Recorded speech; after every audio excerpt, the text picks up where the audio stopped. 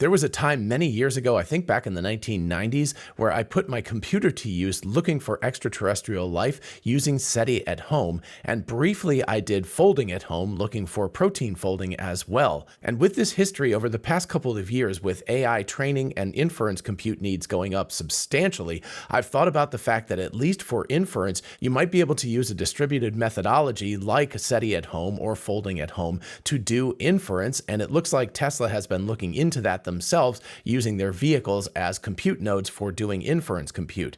But it seemed like an impossible dream to do that for training itself because you need so much high bandwidth communication between the nodes as you're doing training. But wait, there's a new project called Sparta that has come out that looks like it might blow this entire thing up and allow training to be done distributed, and that would be a huge game changer. So let's take a look.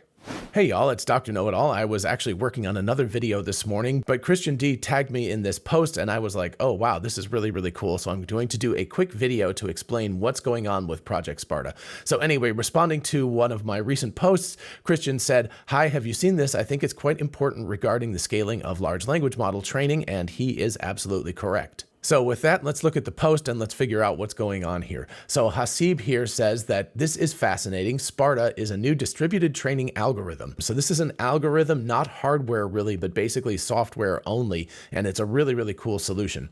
It converges when merely sharing 0.05% of all weights per step, which is indeed crazy, like he said. It's like two trucks on a highway held together by a tiny rubber band staying side by side. This is really still greenfield so early. So that last statement is, this is very, very early days with this greenfield, right? We're just tearing up the land to build the new building here, metaphorically. In fact, there's two metaphors in this one post, a very impressive use of metaphors here, the trucks and the greenfield. But anyway, so this is early days, so don't expect this to work necessarily in the long term, but if it does, it really will be a game changer. So it's worth sort of planting a flag in the ground and paying attention to this as it moves forward. So before we look at the graph, let's look at Exolab's own announcement here. They say, first look at Sparta, a distributed AI training algorithm that avoids synchronization by randomly exchanging sparse sets of parameters less than 0.1% asynchronously between GPUs. Preliminary results and details of our Mac Mini training run, and they're using Mac Minis, that's crazy, right? You can see that right here. That's what they're using for their GPU cluster, so that's pretty impressive.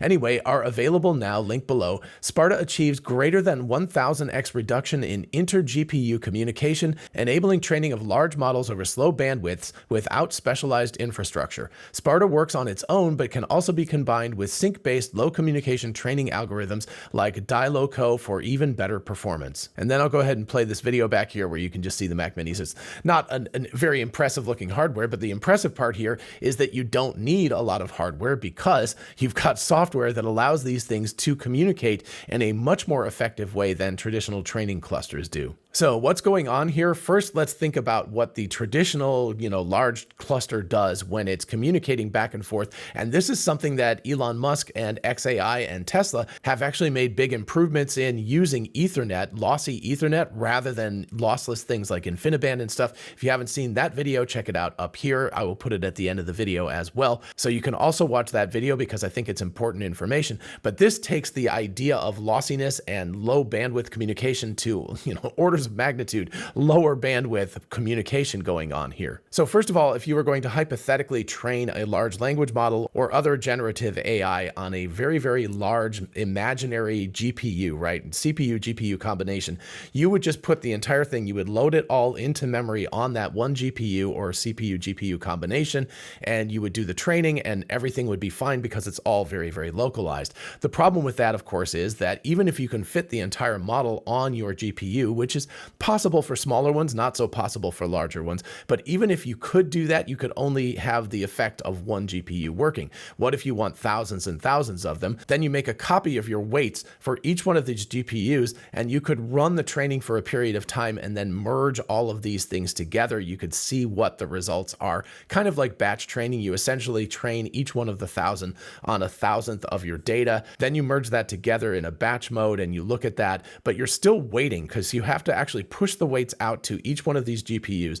Then you do all of the actual activity, all of the work to do the training, then you have to wait for them all to be transferred back to some sort of central node, which then has to grind on that, do all of the merging of all of these weights and figure out what the training updates should be. And then you have to push all of those weights back out again. So there's a lot of time that's being spent just doing data communication back and forth. And things get even worse when you have really, really large models where you have to break them apart, right? You have to maybe put one model with 1 trillion parameters or something like that on 100 different GPUs, because 1 trillion parameters is far too large to fit on any single GPU. And then you've got communication going back and forth during the actual training runs and everything. It becomes a very, very large mess. And basically the upshot of this is that these GPUs are sitting idle for a large percentage of the time, waiting for data to get passed back and forth, either through InfiniBand, traditionally lossless type of packet transfers, or more recently with XAI and Grok and Tesla, using hardware-based Ethernet to be able to do that in a lossy format. But what if instead of having to share all of the weights together, you could only share a tiny fraction of that?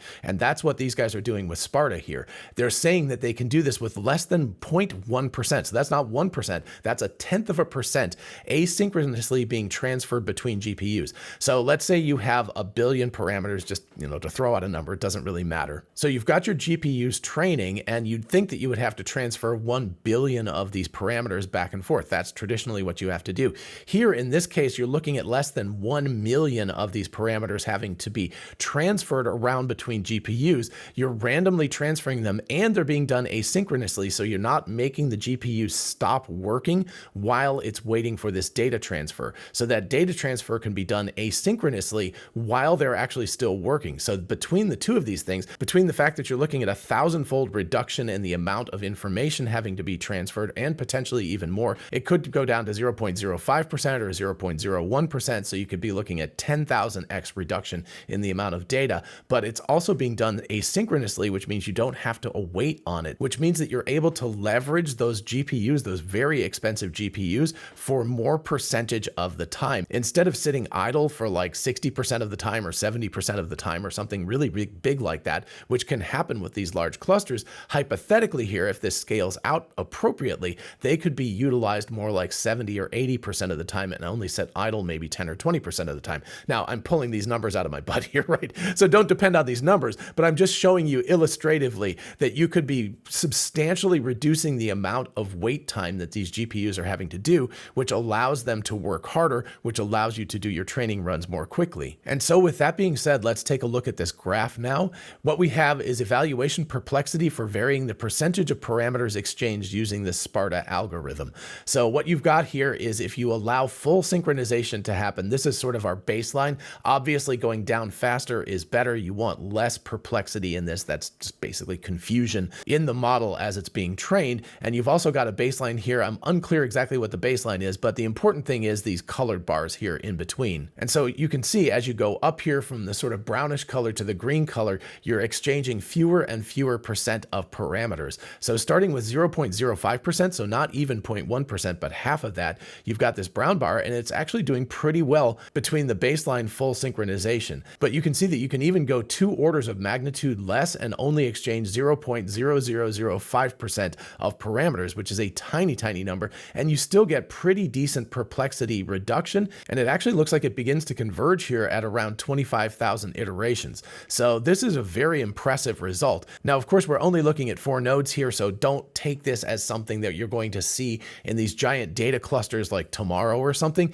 This is obviously very, very new, and you have to see if it moves up from 4 to 16 to 4,000 to 40,000 or whatever, right? If this thing can actually scale as you really, really start to ramp up the number of nodes. But at present, this is very, very promising. This looks like it could really, really decrease the need for these very, very high-speed clusters, very, very high-speed communication interconnects and everything. That's a large percentage of the cost of these data clusters, and of course also burns a lot of energy because those things also have compute power inside them. You're transferring stuff back and forth, the wires get hot, the compute nodes get hot, all of that kind of stuff happens. So you're also burning a lot of power just in data transfer. So this could actually be a big power savings as well. And then hypothetically, if we extract this into the future even further, let's imagine my Mac Studio that's sitting right here behind me that I'm using right now. Well, I go to sleep, I sleep 8 or 10 hours at night, so it's not being used. I could just put it on some sort of a network network, a Sparta network or something, where it could be utilized to do training, and you could actually exchange this tiny number of parameters over the internet.